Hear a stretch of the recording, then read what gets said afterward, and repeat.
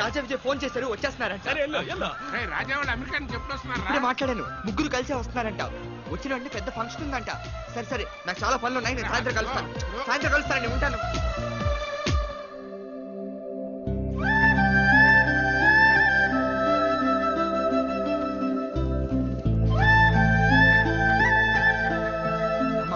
బాగున్నారా? ప్రసాద్ కలెక్టర్ అయిపోయాడు తెలుసా? అది తెలిసే కదా వచ్చింది. అవును, నువ్వు పార్వతమ్మ కొడుకు కదూ? అవునమ్మా. ఎక్కడున్నావేంటి? మేమందరం కలిసే ఉంటున్నాం అమ్మా. కలిసే ఉంటున్నారా? నువ్వేం చేస్తున్నావు? ప్రస్తుతం ఖాళీగానే ఉన్నాను. ఖాళీగా ఉంటున్నావా?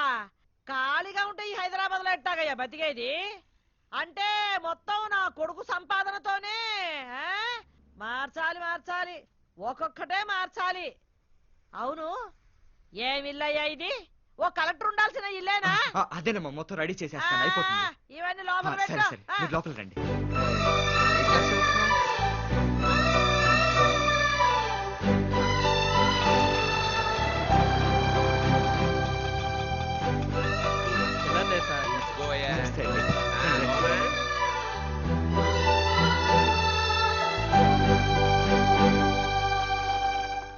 అంజలి. హాయ్ ప్రియా. ఏం జరుగుతుంది ఇక్కడ? నీ లవ్ మ్యాటర్ ఏమైంది? గణేష్ కి నీ లవ్ విషయం చెప్పావా లేదా? లేదే. ఏ?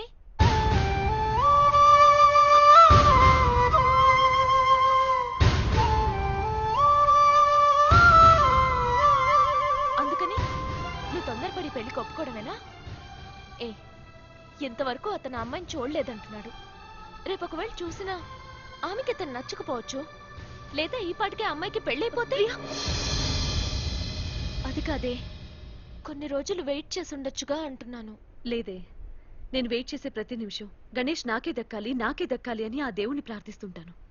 నా ప్రార్థనలో అతని ప్రేమకి అడ్డు కాకూడదు. గణేష్ని తలుచుకుని నా మనసులో నేను ఒక కోట మాత్రమే కట్టించాను. కానీ అతను ఆ అమ్మాయి కోసం తన మనసులో గుడే కట్టించాడు. కోట కూలిపోవచ్చు, తప్పులేదు, కానీ గుడి కూలిపోకూడదు. అందుకే ఈ పెళ్లి ఒప్పుకున్నాను. ఇప్పుడు గణేష్ ప్రేమ ఫలించాలని మనస్ఫూర్తిగా కోరుకోగలుగుతున్నాను. ఇవేవి గణేష్ కి తెలియకూడదు.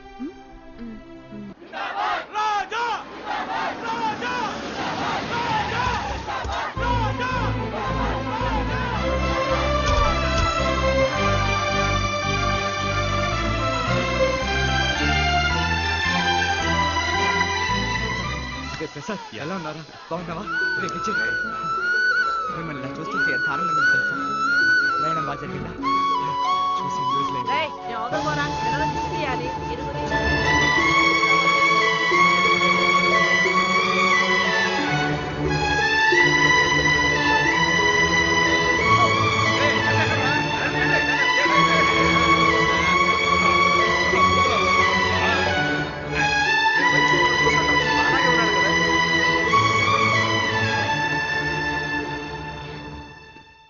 అన్నయ్య. బుజ్జి, మీరు వచ్చారా? బాగున్నాను. అరే ప్రసాద్, దాన్ని దించరా? అది ఇంకా చిన్నపిల్ల అనుకుంటున్నావా? అది పెద్దదైంది. దించు.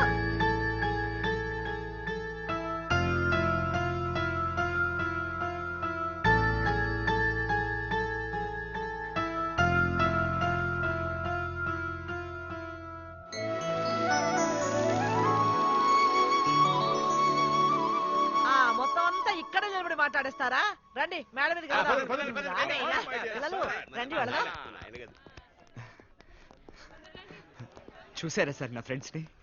కోటు సూటు వేసుకుని మహారాజులా ఉన్నారు కదా? చూస్తున్నాను రా, అవేవి నాకు కనిపించట్లే. వాళ్ళ కోసం నువ్వు పడ్డ కష్టమే నాకు కనిపిస్తుంది.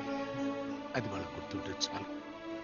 సర్లే, వాళ్ళు చాలా రోజులైంది కదా, వాళ్ళకి కావాల్సింది చూస్తూ ఉండు. నాకు ఆ పని ఉంది, మళ్ళా వస్తా. చూడు, సార్ లగేజ్ లోపల పెట్టాలి. రా. అలాగే.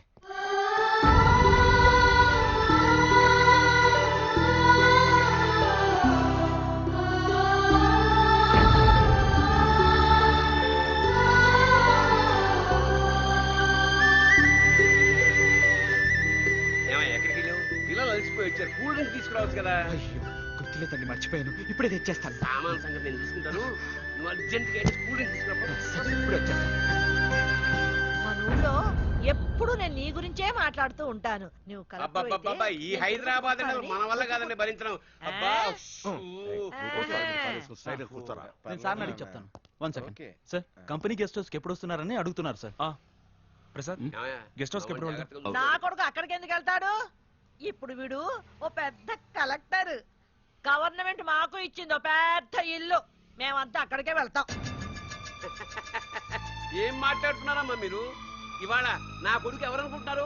యావత్ భారతదేశం పేరు మారు మోగిపోతున్న పెద్ద సింగర్. వాడికి ఇచ్చే ఇల్లు ఎలా ఉంటుంది? పెద్ద రాజభవనంలా ఉంటుంది.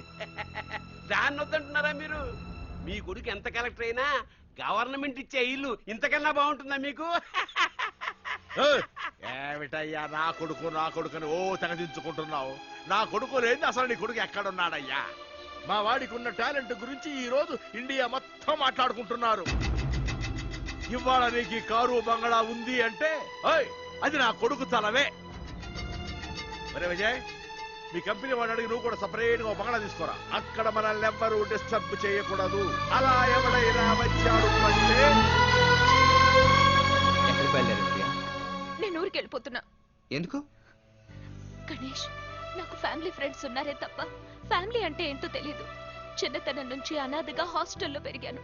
కానీ ఇక్కడ నలుగురు ఫ్రెండ్స్ ఫ్యామిలీలో కలిసి ఉండడం చూసి ఆ ఫ్యామిలీలో నేను ఒకదానిగా ఉండబోతున్నాను అనుకుని చాలా సంతోషించాను.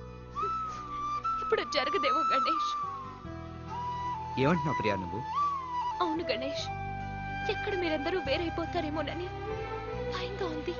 చచ్చా, అలాంటిదేం జరగదు ప్రియా. లేదు గణేష్, ఇక్కడ ఏం జరుగుతోందో నీకు తెలీదు. అలా విడిపోవడానికి ప్రసాద్ కూడా ఒప్పుకుంటే నేను అసలు వాడిని పెళ్లి చేసుకోను. అది కాదు. నువ్వేం చెప్పినా నా నిర్ణయం అంతే. నేను చెప్పే ప్రియా.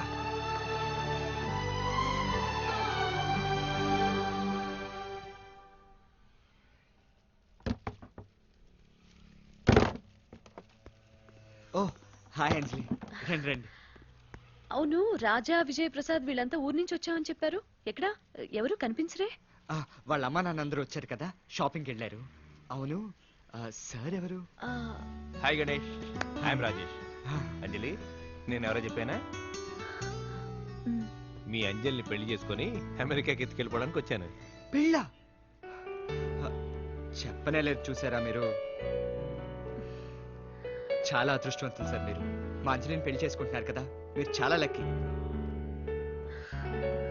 అవును, పెళ్ళెప్పుడు? Coming 15th. 15th? అదేంటి సార్, పెళ్లిని ఒక్కరోజు వాయిదా వేయకూడదా? ఏ? వచ్చే 14వ తారీఖు మన ఫ్రెండ్స్ ఫంక్షన్ ఉంది. మీరిద్దరు తప్పకుండా రావాలని. ఎలా గణేష్, ఆ రోజు మా నిశ్చితార్థం కదా. ఆ ప్రోగ్రామ్ ఎలాగో లైవ్ ప్రోగ్రామే కదా, మేము టీవీలో చూస్తాం గణేష్. మా పెళ్లి విషయం సరే, మీరెప్పుడు మీ మావయ్య కూతుర్ని మాకు చూపిస్తున్నారు? మీరు అమెరికా వెళ్లే లోపలే ఈ ఫంక్షన్ అవగానే మనం అందరం కలిసి మా మామయ్య ఇంటికి వెళ్దాం. ఆ రోజు మీరు చెప్పినట్టుగానే మీరే నా కోసం పెళ్ళి అడగాలి. వస్తారు కదా? నేను రావచ్చా సార్?